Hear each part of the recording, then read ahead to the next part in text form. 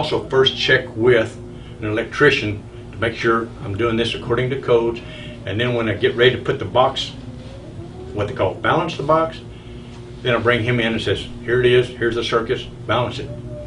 Because that master switch is 75 to 100 bucks and I don't want to blow it. All right? Now, plumbing is pretty easy because everything runs where? Down here. All right, so that's not as big of a problem, okay? But your water distribution is.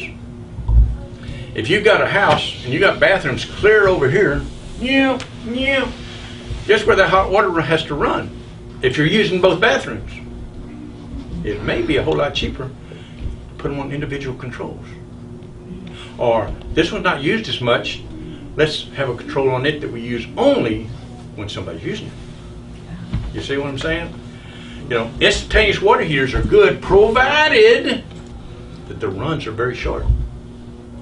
You get a 30-40 foot run on an instantaneous water heater, you haven't gained very much. Okay? If you take an old water heater and put a circulating pump on it, it's costing you to run that circulating pump 24/7. Is it really worth it? I don't think it is, but you know, that was the mentality behind. Now some of these things you can actually cost out. Okay, if you're mathematically inclined, you can do all that kind of stuff. That's fine and dandy. But your biggest plus factor is common sense. Okay? Now, I've shared a lot of things on a broad perspective. I'd really like now to try to take a few questions from y'all, particular questions. Like you say, well, I've been in a house, I'm not going to rebuild again. Okay? That's a very bold statement. What if I told you that, you know, you can keep the savings account in your savings account and still build a new house? You might think twice. See, there's a lot of ways of playing with what you have to get something you want at a very economical process. One example, guy had 50 acres out here. Okay, he had his house pretty much free and clear, you know, about 75%, you know, which is pretty good, I guess. And he had a little bit of a savings account, but he had a bankruptcy. Now, you can't get a loan too easy on that, you know. Well, I said, okay, well, we need this much money for the shell. We need this much to get it closed in and dried in where you could finish it as you go. Okay? You got your house over here you're living in. Okay?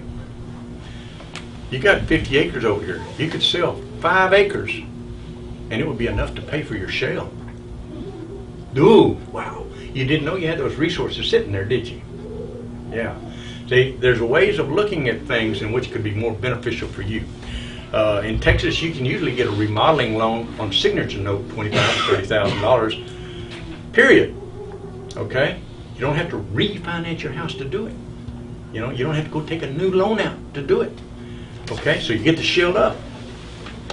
And you got your house over here you're going to sell when you can get this one fixed up enough, so you get your shield going and say, well, I need a little bit more to get my kitchen, my bedroom, bathroom finished inside where I can live in. And that $25,000 will easily take care of that.